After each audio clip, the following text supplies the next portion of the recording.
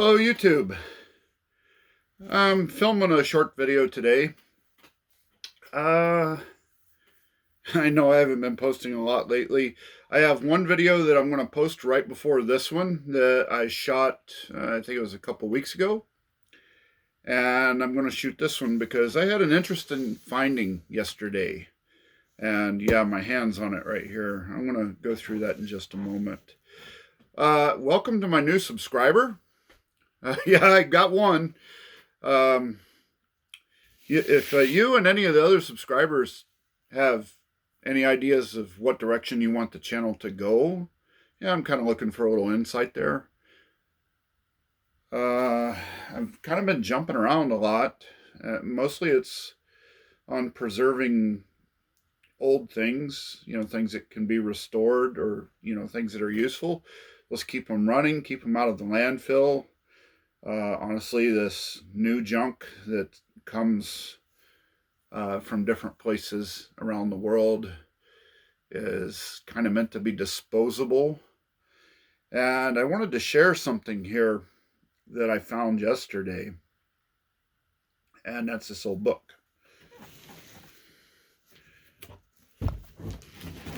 So what happened here is I was taking a neighbor to the thrift store yesterday in Perham, Minnesota. And I didn't have any money to spend.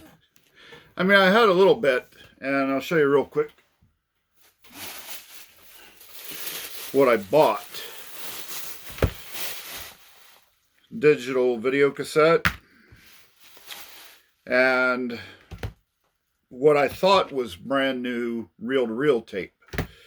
I've got a reel-to-reel machine that I'm going to be buying from my neighbor. It's a very high quality one. And at first I thought, well, this is new in the package, but I turned it over today and it's a Ziploc bag, but the number 13 is marked on the box. Don't know if something is recorded on here or not. I'm going to have to get the machine up and running and hooked up to speakers or up to a system to actually see if there's anything on here, if it's just a blank tape. This is sealed. And I have one of these camcorders that is actually available for sale. I figured this will just sweeten the pot a little bit. It only cost me $1. Nice if you have a camcorder and you have brand new fresh tapes put in it if you want to record something.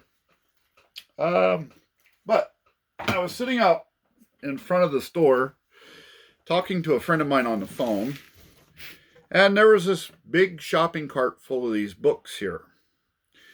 And I was not really getting bored, but you know how it is when your mind is kind of wandering. You're in a discussion. And I'm like, oh, look at all these books here in the shopping cart. I wonder if there's anything in there. And I just started rummaging through it, and this was pretty close to the top. It's not very obvious what this book is. Although this right here kind of gives you a little bit of a clue that it was a library book. And as I turn the spine a little further, there's the title and a Dewey Decimal number. So, yeah, it was a library book. Now, here, let me just pull this to the side. Here's the title, if you're curious. Not sure how good that handwriting showed up on camera, as I don't have a screen to watch what I'm doing. I'm hoping this comes up. The New Standard Encyclopedia of Art, Architecture, Sculpture, Painting, and Decorative Arts.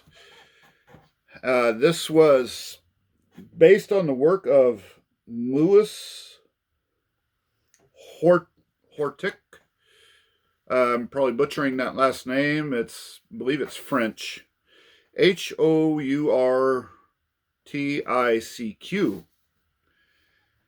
And the reason why I say I believe it's in French is because it was translated under supervision of Tancred Borneus, PhD, D, and DL. A lot of doctorates there. And this Louis, or probably more properly Louise Hortic, is a member of the Institute of France. So this was translated from French originally. And if we turn to the back side of the title page, right here, 1938. So this book is not quite 100 years old, but getting up there. Certainly going to try to make it go to its centennial. But as you can see right here, she's in pretty rough shape. If you peel back this repair that the library did, and this is how library fixes books so that they can keep them in circulation. They use I guess this is a librarian's repair tape or something. But you can actually see the spine of the book. So this is these old books like this. These pages are sewn together back in the old days, and then that thread where it's sewn is actually woven into the spine of the book. I would actually take on this repair of myself if I had the skills. This is a skill I do not possess. I know some basic sewing and stuff like that. But on a book that's this old, and I'll get into its importance here, I'm not going to attempt that. I'm going to get this professionally done because I believe the book deserves it. It appears to have all of its pages in that you turn very over and you have its cover page, which the cover page is one where you have it where it's sewn in and somebody used shipping tape. But I can get into a little bit of the history of this book here in a minute. So, yeah, this would be cool if it could be kept, because I love how it's stained.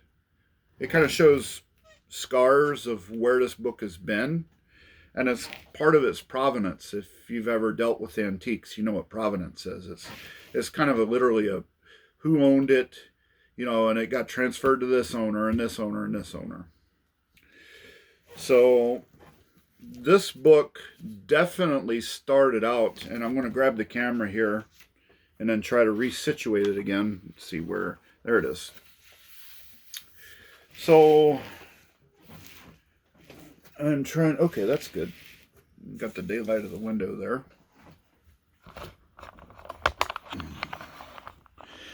You can kind of see, that's not a watermark, that's a stamp. And you can actually feel this. But if you try to zoom in the camera, you can kind of make out Fergus and Fall. And then the remnants, actually I should say Fergus Falls, because I know where that is. Public Library. So that's where this book stayed for most of its days. Now, I don't know if that was part of a collection. Let's see, can I get... Yeah, this is about where I want it. Also has a name here. James Boakes. James L. Boakes, I guess. Handwritten. Right there. And one other important note of the history of this... the back page, and this is a little sad, discard, which was stamped on at the library. And as I was looking at this, in that shopping cart, I noticed it had a $3 price tag on it, which I've already peeled off. It's kind of disgusting. The tag, not the book. Just that this, a $3 price tag denigrates the importance of this book. And actually, this might turn into a longer video as I talk about this. But I noticed that this book was sitting in a shopping cart that had a label that said free. So this is mine. I found it and it's mine, right? Okay. So I get this home and I start looking it over. And this bit that I saw right here is the original spine. And I'm holding this up very gingerly. So right here is the title, the author, and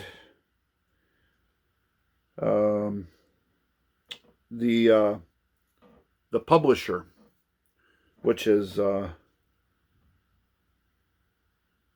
no, I can't see it. I'll cheat and I'll look back at the title page again. The Garden City Publishing Company from Incorporated from New York. Oh, the deluxe edition. 2 volumes in one. So it looks like a really big, thick book, but it only has about 380 pages. These are very thick pages. This is a very beautiful book. It's basically everything that you ever wanted to know about the history of art and architecture, sculpture. And there are some grayscale plates, which was a pretty novel thing for a book of this age. And it just looks cool, doesn't it? Looks like there's a lot of information about art history packed in here. Now, this is not going to get into your modern art, such as Andy Warhol or Salvador Dali. But the information that's in here is never going to go bad. It's never going to get outdated, because this is history. There's nothing that's going to change in here. There's not, you can update, you can add to it, but then you're going to print a new book when you do that. And honestly, past modern art, the art that we have today, even me creating this video is kind of what I would call garbage art, because you're going to view it to pass a little time or something like that, and it'll quickly be forgotten. This is reference. You know, if you're doing a paper, like and one reason why I picked this up is because I took a class in college for art history. And I've got a book around here somewhere that's in full color. It does cover modern art, but in today's art, there's so much art that is created for advertising, for video games, for everything. There's so much that you have an information overload, and people don't appreciate that art for what it is. Back in these days, in this history, a piece of art like these statues probably took tens of years to sculpt one of these. You know, and certainly architecture. You know, that had to be intricately planned. When, you know, believe it in here somewhere is the Greek, what was it called? The Antheon or Parthenon? That old Greek architecture. I thought there was a picture of it in here somewhere. Well, anyway,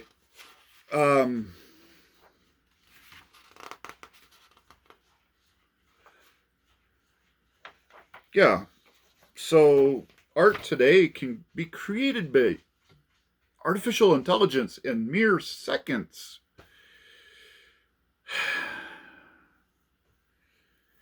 And you look at this old spine that I was able to recover. This is pretty much a lost cause.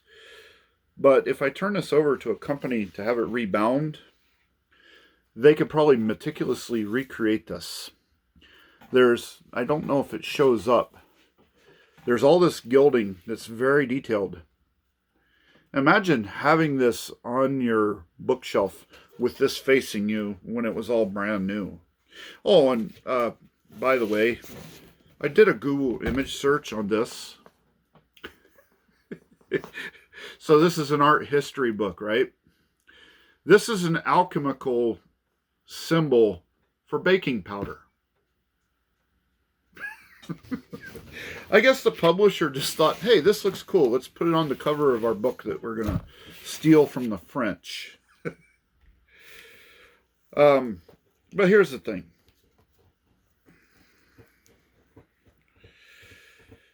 For me to hire a company, and there are companies out there, I Googled it, that can restore this. And what I'd like to do is I want to keep this and this, maybe redo something with these corners, and certainly redo the spine. I don't know if these pages can be saved. You know, the ease that this came apart right here, where I peeled that spine off, where this glue has failed, is telling me that this is hide glue, meaning that there's a way that this tape is pulled off and it is moistened with water and then applied and allowed to dry. And then it sits there for 50 years and eventually the glue gets old and it loses its grip, peels apart. And that's where somebody came to the rescue with more shipping tape. I know, that's disgusting, right? Absolutely disgusting. This isn't so bad. And actually, this is kind of cool because somebody hand wrote this on here. So that's kind of the provenance of the book. But I do like the look of the original spine. So it would almost be interesting to recreate that spine. What did I do with the spine? It's so easy to lose stuff. I just had it right here. There it is. Maybe I should file it under S for spine. But if this was all brand new, this would be absolutely beautiful. And I think what I might do, and I can kind of make it out right about right here, is where again somebody took like a white ink pen and wrote the Dewey Decimal number on here. That would be really great if that could be recreated. And here's why. Stuff like this is timeless.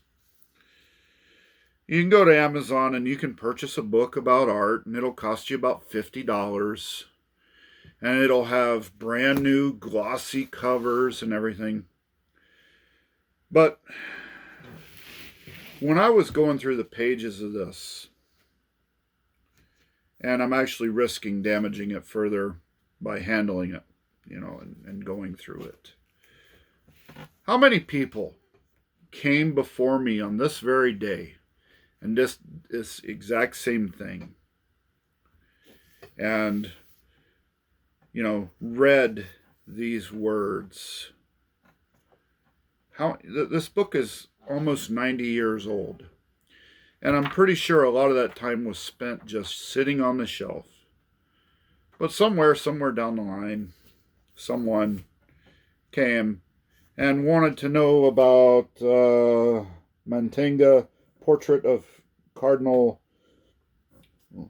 Ludovico, I'm butchering names here, Maserata, 1460, Kaiser Frederick Museum, Berlin. You know, and I'm sure this text here probably talks about that man and then why this was created.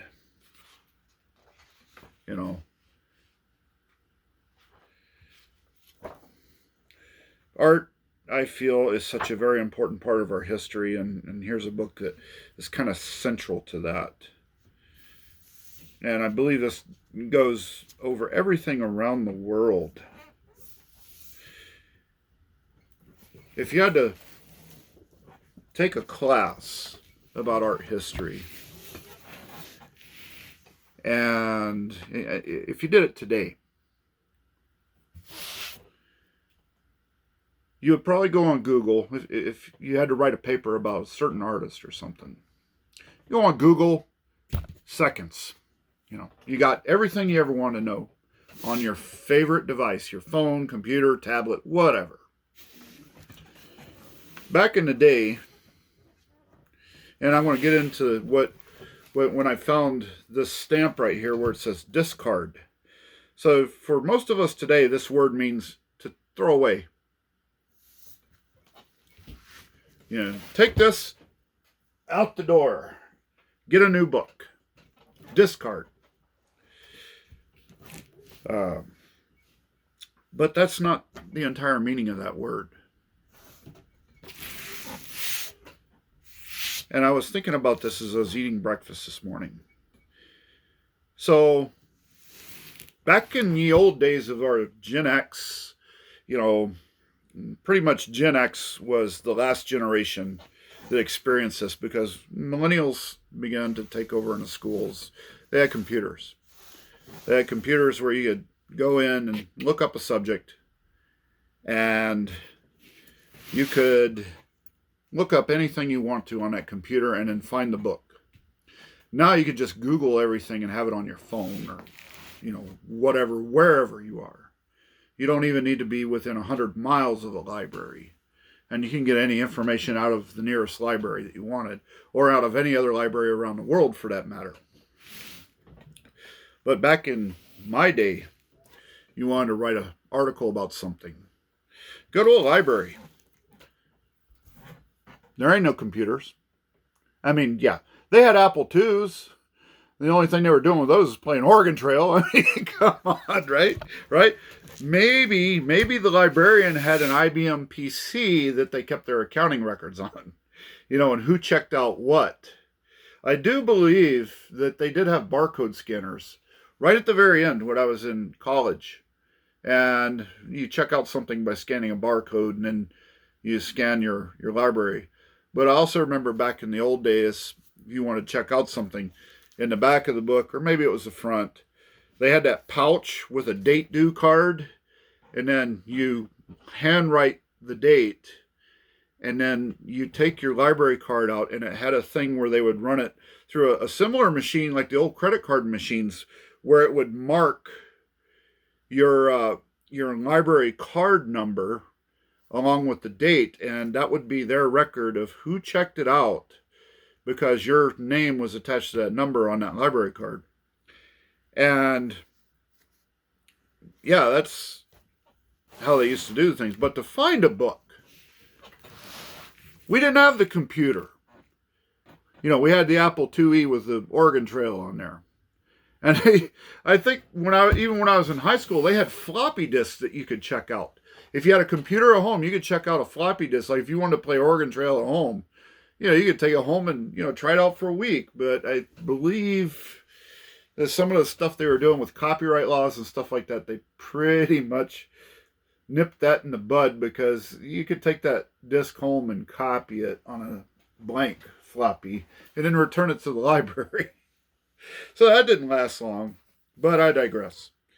So let's say you want to look up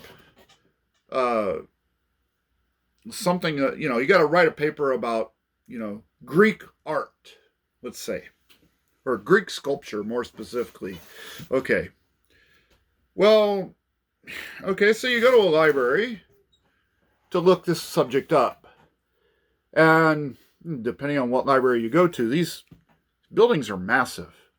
They house books, and there's aisles and aisles and aisles of books. Where do you start? Right? There's no computer. Nowadays you go into a library and there's usually a central terminal that you walk up to and you can punch up your request. Well, in my time, we had a thing called a card catalog.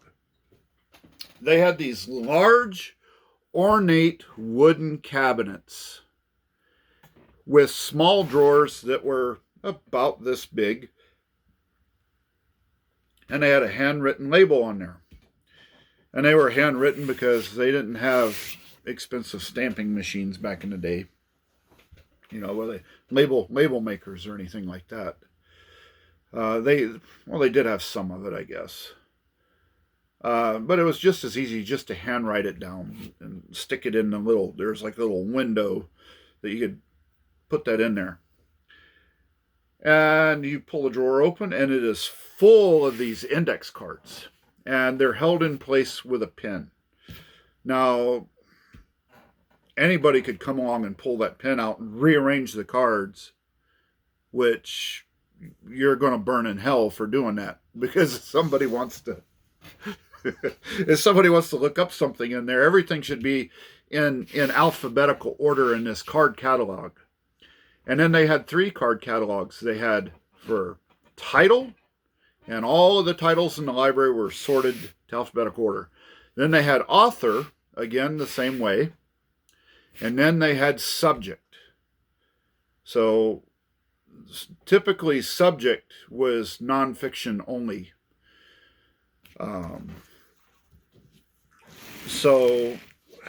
And in some cases, they would combine 2 of those card catalogs, like they would mix title and author. So you would just go to whatever letter, like, okay, we're going to say Greek art. So you would go over to the subject catalog, pull out the G drawer, and you thumb through there until you get to Greek. And then it would say, Greek art, Greek literature, Greek philosophy, anything that has to do with Greek would be all right there in a line in these cards. But that's not the end of the search. That's only the beginning. You go to that Greek art, and it would give you the name or title of a book and the author, the Dewey Decimal number, which is what that is. This R703. And then, more or less, where to go find it in the library.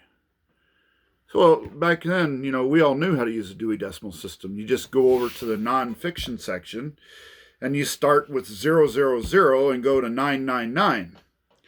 And this is 703, so to go over to aisle 700, and down that aisle somewhere is this book. Although a large book like this might actually be displayed on a podium or a shelf somewhere. Where it was, you ever seen those shelves that kind of go like this? Because these books, especially ones this heavy, you can notice that if you store it, you can see what's happening. The shape of it's getting distorted here. And again, me handling this is loosening this up, but this needs to be re-sewn anyway. So they'll pull threads through there and tie it and tighten that back up. But you can tell how much this has been around by how much this book flexes.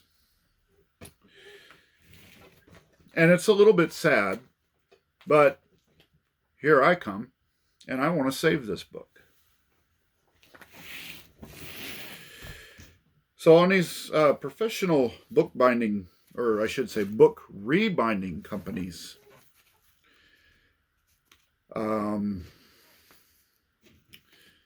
cheap. Ain't cheap at all. When I was in college and I had to take art history, I bought a book very similar to this size. This was back in 1996.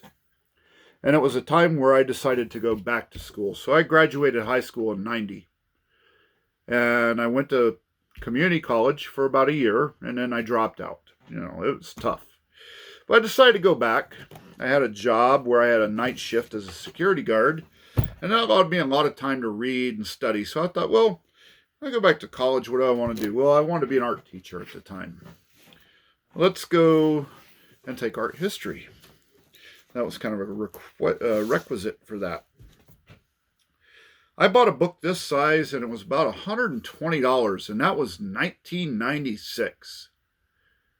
And they had a used version, which I was just fine with. It was pretty nice. For about $97, I think is what that number sticks in my mind for some reason. Okay.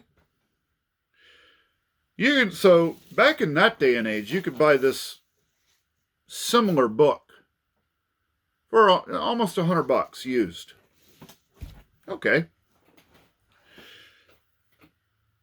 And I still have that book. I take care of it. It's laying flat on a shelf, if I remember correctly. And it's very nice. It's purple. Purple cover with a gray spine. And I do believe it has a little bit of gold leaf on the title on the front. Really nice book. Really nice photographic pictures of paintings and sculpture and all kinds of stuff. So this is kind of the predecessor to that book. For me to get this rebound, between $350 and $450 or higher, depending on what kind of materials you want to use. And they had some examples of their work where they were doing old family Bibles and things like that. And you're talking leather. Because, yeah, leather is for very important books that are really expensive. This is made out of a high-grade canvas that just has this wonderful texture.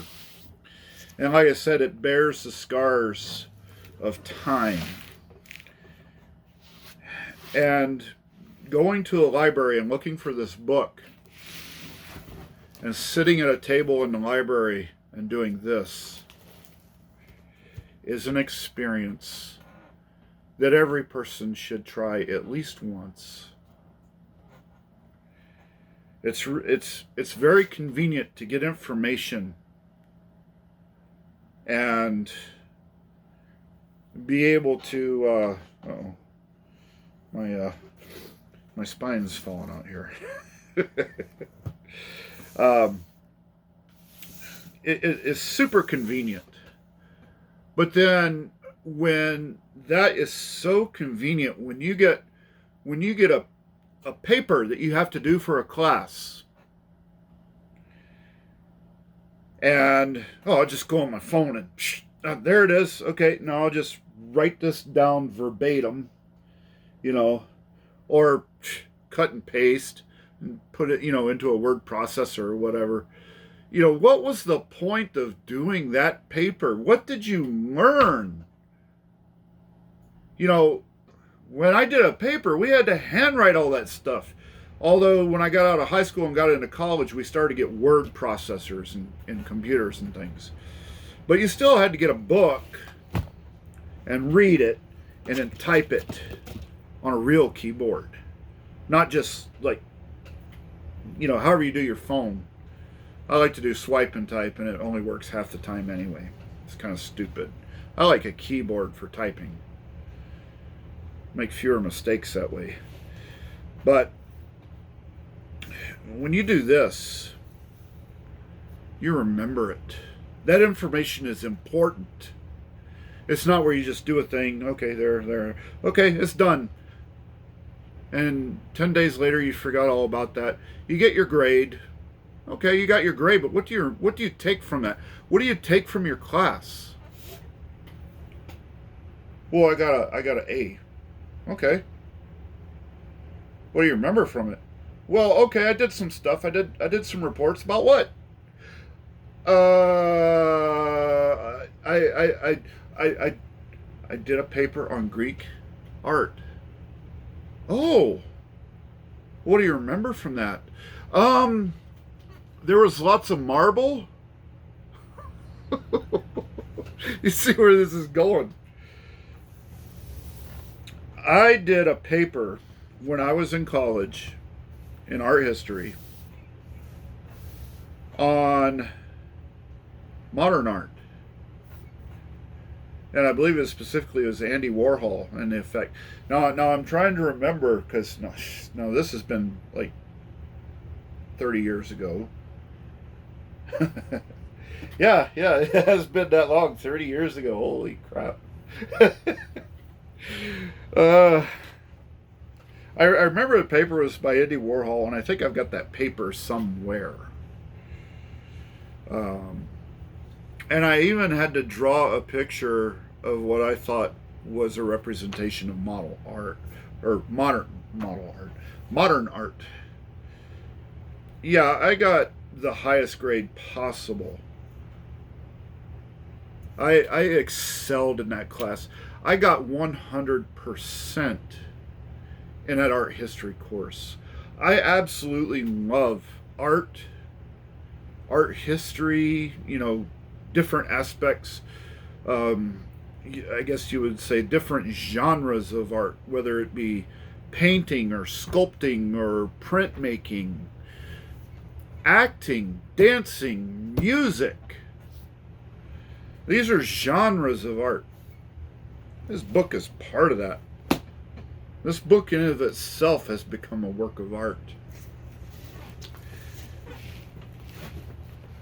I just love it. I mean, look at this staining. There's staining on some of the pages. You can see like where water dripped on top of this. Maybe this was stored in a basement and a pipe burst and got a little water on there. Don't know the story myself. It would be interesting if I could find that out, but it's part of the history of the art of the book itself. And that is probably why I'm going to spend somewhere around $400 or $500 to get it repaired. I'll let you guys know how that turns out. Right now I got to go back to work and save up some money to get that done. And it probably is not going to get done anytime soon. This is probably going to sit around for a while. And I might even try to find a box to put it in. Actually, I think I got one right there. How lucky am I? Oh, no, that's not. I know what's in that box. That's not going to work.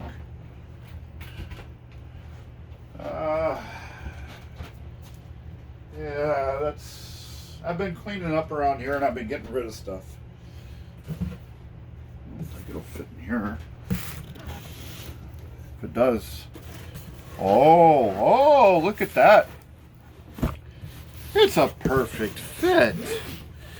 All I gotta do is cut the sides down.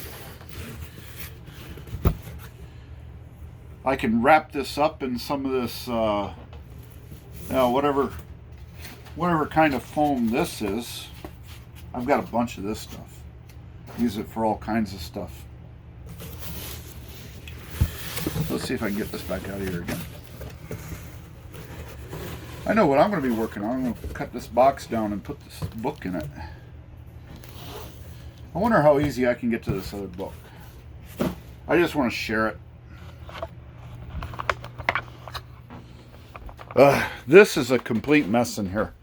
You can probably tell I have a hoarding problem, but it's for reasons. I do not see that book on my bookshelf.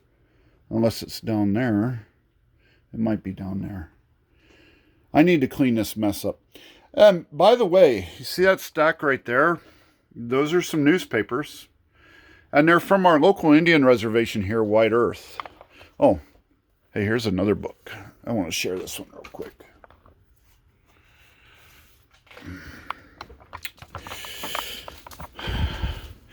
I just love old books. It's a machinery's handbook. This has, I don't know, 1,000 pages maybe. Yeah, 13. This is getting into the index. 1,383 pages. But the edges are actually gilded with gold. And this has all kinds of charts. Everything you ever wanted or needed to know for doing work inside of a machine shop. This is the reason why machinists get paid a lot of money, because they have to carry a book around like this, because there's no way they can remember all of this stuff, but they have to remember the basics. So when they get ready to do something and machine a hunk of metal out, this book goes on forever. 1915, and it's the 5th edition. I don't know what that 31,000 means. Maybe how many were printed. Copyright 1914 by New York, by the Industrial Press. Oh, and then Stanhope Press. This is more information that this never goes bad. I could take a chunk of metal that was cast yesterday, chuck it in a mill, and use the information in this book that's over 100 years old and make a part or something. Now, I don't know the basics. This isn't what I went to school for. I became a mechanic so I could fix things, not make things from new. But I do know how to use a mill, and I'm pretty sure I could look up something in there if I had to. So I'm going to have to find that other art book now, just for curiosity's sake. And I appreciate you guys tuning in to listen to me ramble on about, I don't know, libraries and so I was getting into the meaning of discard. So at some point, probably about once a year, the librarian would go through the inventory of the library, and they would decide books that they would take out that are either no longer relevant or are damaged and not issuable, or somebody would not want to check this book out. I mean, if you saw this in a library, you would avoid this like the plague. Seriously. So they would say that this book is discarded. And what they do is they go to that card catalog that I told you about, and they would pull those cards out and destroy them. Because discarded means not carded. It is no longer in the inventory. And then they would dispose of the book by some means. Now, most libraries that I know of at that time of the year will put out some shelves, maybe right out on the sidewalk outside, or maybe inside in inclement weather. And they would have hundreds of these books just sitting up there waiting for somebody to just say, hey, that looks interesting. Oh, you can have this. It's free. You can take it away. We do not want to see it again. Cool. Mine. So somebody took this home from the Fergus Falls Library, and who knows where it went from there. This might have changed hands a couple times. It might, it's hard to say how old this book was when it was discarded. There's no provenance of that here. There's no catalog or tag or pouch where it has been checked out. And that's a little sad. It's not, it would add to the flavor of the history, to be sure. Now, I don't think this is missing any pages either, because it goes right to Z right here. And then you have about one page, and then it ends. And a book like this, I do not think would have an index, because everything in here is alphabetical order anyway. And the idea behind an index is to take ideas that are not in order and put them in some kind of order so you can find them. And the ideas in this book are presented in alphabetical order. So this book, in a way, is its own index. But, yeah, to discard means not carded in the terms of this. So, and I say a lot, I know. It's annoying. It's a bad habit. I picked that up again when I got out of radio broadcasting, so I'll do better. I promise. I'll try. But yeah, so this probably sat around. Maybe it sat in somebody's basement or on their bookshelf or something. I don't believe that it was in a. I don't think it was in a basement, because if there was, there'd be mildew in here. There, even with this water staining. So this actually got wet, and somebody said, "Oh my God," and took this and allowed it to dry out. I've had this happen where I had a pipe burst at my house, and it got some of my books wet that I cherish. And I'm sitting there and doing like this: open it up, wipe it down, turn the page, wipe it down, turn the page, wipe it down, to try to get as much water as I can out of it, and then put it in a warm area with light, because you don't want mold to form in there. And this obviously has gotten wet from the staining, and there's no signs. Like, if there was mildew, there'd be all these tiny little spots, and I don't see any of that. The book does not smell musty. It smells old. It has that smell of old paper that I absolutely just love, that smell. I'm not going to demonstrate that because it'll look strange, and you guys can't smell it anyway. But I strongly recommend, this actually smells, it doesn't smell like anything. Maybe a little bit, but kind of like a machinist toolbox.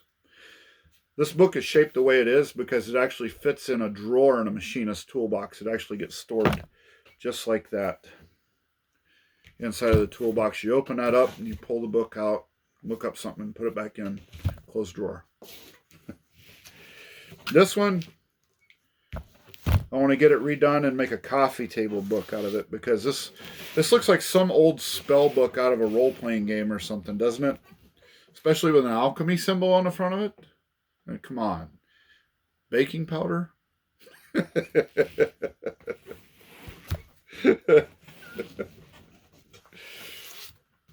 Yeah, it's cool. It's really cool. And I wanted to share that with you guys. And like I said, I appreciate you tuning in and listening. This is Derek Whidden, and I'll see you again in the next one. Oh, hell. Oh, it's still going. Sorry.